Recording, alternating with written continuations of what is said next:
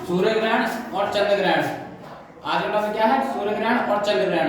पृथ्वी क्या करती है? पूरे ब्रह्मांड में बात करते हैं, ब्रह्मांड को हम देखते हैं तो ब्रह्मांड में क्या है, बहुत सारे छोटे या बड़े बड़े अलग अलग साइज के तारे हैं। तो उसी सौर ब्रह्मांड में हमारा एक सूरज है जो तारा है। तारे के आसपास जितने भी ग्रह और उपग्रह हैं, पूरा सौरमंडल का अपना सौर परिवार है। तो पूरे सौरमंडल में जो प्रकाश जाता है वो सूर्य के द्वारा ही जाता है, यानी पूरे सौरमंडल को प्रकाशित करने वाली एक ही वस्तु है, वो कौन है? सूर्य है। तो सूर्य ग्रहण और चंद्र ग्रहण दोनों ही पृथ्वी से देखे जाते हैं, पृथ्वी से इसको समझा जाता है। क्या होता है कि जब सूर्य, पृथ्वी और चंद्रमा तीनों के जो प्रकाश है सूर्य से ही जाता है, और तीनों ही क्या करते हैं, अपनी अपनी अवस्था में अपने अपने पथ पर क्या करते हैं, ये परिक्रमा करते हैं, चक्कर लगाते हैं। पृथ्वी क्या करती है? सूरज के चक्कर लगाती है। चंद्रमा क्या करता है? पृथ्वी के चक्कर लगाता है। तो कब ऐसी स्थिति बनती है कि चंद्र ग्रहण आ जाए, कब ऐसी स्थिति बनती है कि सूर्य ग्रहण आ जाए, और उसका क्या प्रभाव पड़ता है, और कब उसको देखा जा सकता है, और कितने समय तक उसको रखा जा सकता है, यानी कितने समय तक सूर्य ग्रहण या चंद्र ग्रहण बना रहता है। तो दोनों चीजें हैं, सूर्य ग्रहण और चंद्र ग्रहण। यानी कि ग्रहण लगने का मतलब है किसी चीज के ऊपर छाया आना, उस चीज का पृथ्वी में ना दिखना, उसके आगे किसी और चीज का आ जाना। तो सबसे पहले सूर्य ग्रहण, जिसमें क्या होता है कि एक सूरज है,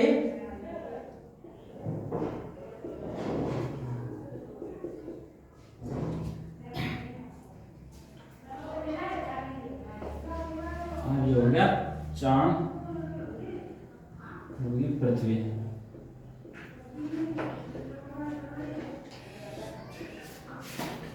जब पृथ्वी सूरज का चक्कर लगा रही होती है और जब चांद पृथ्वी का चक्कर लगा रहा होता है, और जब ये तीनों के तीनों एक ही सीधी रेखा में आ जाते हैं, तो इस स्थिति में बनता है सूर्य ग्रहण। यानी क्या होता है, जब चंद्रमा सूरज के प्रकाश को पृथ्वी पर पड़ने से पूरी तरीके से रोक लेता है, तो ऐसी स्थिति में क्या बनता है? सूर्य ग्रहण बनता है। ये अमावस के दिन होता है।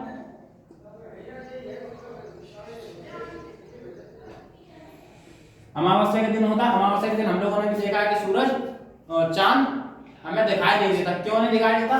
क्योंकि चांद का ये जो पार्ट होता है, ये वाला जो हिस्सा होता है, इसमें क्या होता है? अंधेरा होता है, क्योंकि सूरज का सारा प्रकाश किस पर पड़ रहा होता है? इस वाले हिस्से पर पड़ रहा होता है। तो चांद के पास खुद का प्रकाश तो है नहीं, तो सूरज का प्रकाश जिस हिस्से पर पड़ता है और जिस पर नहीं पड़ता है। कोई भी चीज आती है, हम बल्ब के सामने खड़े होते हैं, हमारी जो परछाई बनती है, जब बल्ब है, लाइट आ रही है, उसके सामने खड़े होते हैं, पीछे हमारे क्या होता है? अंधेरा होता है। बिल्कुल उसी तरीके से सूरज के सामने जब चांद आता है, तो चांद के आधे हिस्से पर तो रोशनी पड़ रही होती है, जो किसकी तरफ है? जिसका मुंह कहाँ है? सूरज की तरफ है। और जिस वाले हिस्से का मुंह सूरज का पृथ्वी की तरफ होता है, वहां पर क्या होता है? कुछ दिखाई नहीं देता, बिल्कुल अंधेरा होता है। इसीलिए पृथ्वी के इस वाले पार्ट पर क्या होता है? यहाँ पर सूर्य ग्रहण, पूर्ण सूर्य ग्रहण पड़ता है।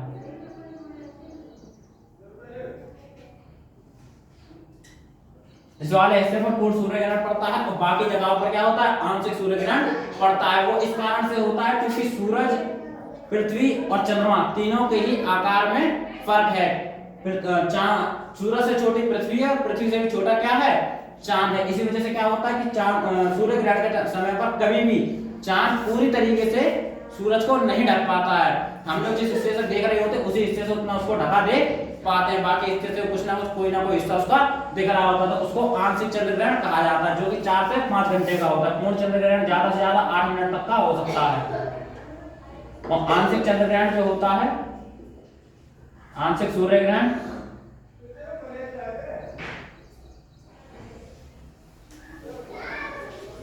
ये 4 से 5 घंटे तक का हो सकता है।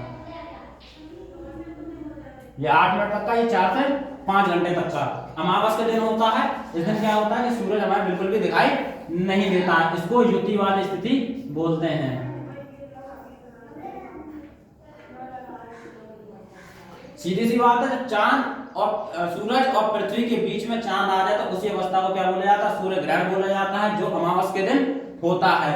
अमावस के दिन होता है, लेकिन ऐसा नहीं है कि हर अमावस को नहीं हो सकता है। ये कह सकते हैं कि सूर्य ग्रहण अमावस के दिन होता है, लेकिन हर अमावस को सूर्य ग्रहण नहीं हो सकता। उसका कारण ये है कि जो चांद होता है वो अपने अक्ष 5 डिग्री झुका हुआ होता है, और 5 डिग्री झुका होने के कारण ये कभी कभी क्या करता है? अपनी कक्षा में अपनी स्थिति से आगे निकल जाता है, और फिर वहां पर सूर्य ग्रहण नहीं डर सकता है। और अधिकतम अगर हम बात करते हैं, एक साल में अधिक से अधिक 7 सूर्य ग्रहण हो सकते हैं। एक साल में अधिकतम 7 सूर्य ग्रहण हो सकते हैं। सूर्य ग्रहण के टाइम पर क्या होता है, जब सूर्य ग्रहण लग जाता है तो उसके बाद पूरी तरीके से जब उसको ढक लेगा, पूर्ण सूर्य ग्रहण लगता है, तो यहाँ पर क्या होता है, इसके किनारे जो सूरज की जो किरण होती है, कोरोना किरण,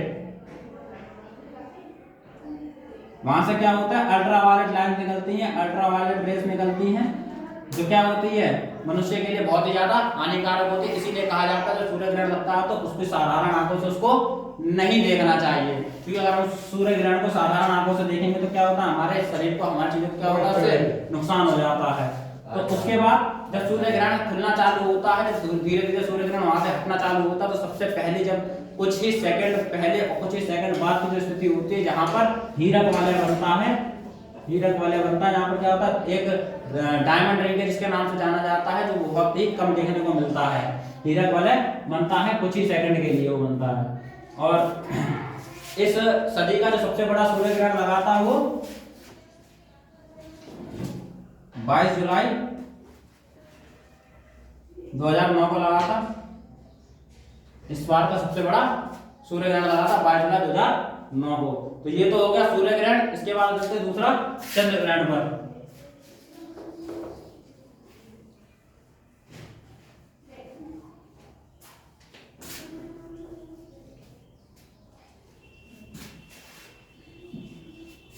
चंद्र ग्रहण में क्या होता है, चंद्र ग्रहण में भी यही स्थिति आएगी कि तीनों चीजें क्या होंगी, एक पैरेलल लाइन में होंगी, लेकिन ये तीनों क्या होंगी, अलग अलग, एक स्थिति बदल जाएगी। यहाँ पर अब सूरज है, बीच में पृथ्वी आ जाएगी, यहाँ पर चांद आ जाएगा।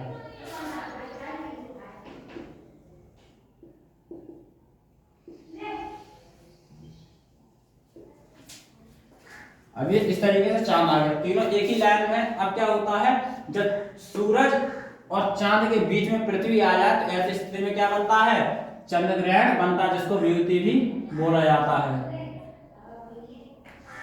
वियुति बोला जाता है, यानी कि जब सूरज और चांद के बीच में पृथ्वी आ जाए, इस स्थिति को क्या कहेंगे, चंद्र ग्रहण बोला जाता है। यह हमेशा पूर्णिमा वाले दिन होता है।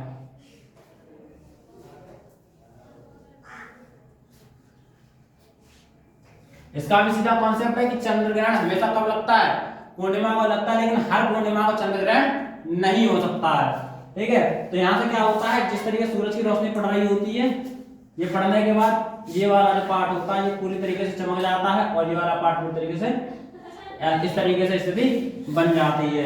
यहाँ पर क्या होता है, हम लोगों ने देखा पूर्णिमा वाले दिन पूरा चांद हमें दिखाई देता है। चांद का हमें लगभग 56% भाग हम लोग पूर्णिमा वाले दिन देख सकते हैं। ये आधा पार्ट तो पीछे छुपा हुआ है। सूरज क्या है, आकार में बड़ा है, पृथ्वी भी चांद से बड़ी है, इस वजह से क्या होता है, पूरा प्रकाश सूरज के ऊपर चांद के ऊपर पड़ जाता है। इसी कारण से चांद क्या होता है, हमें दिखाई देता है, पूर्णिमा वाले दिन दिखाई देता है। इसी को क्या कहा जाता है, चंद्र ग्रहण बोला जाता है।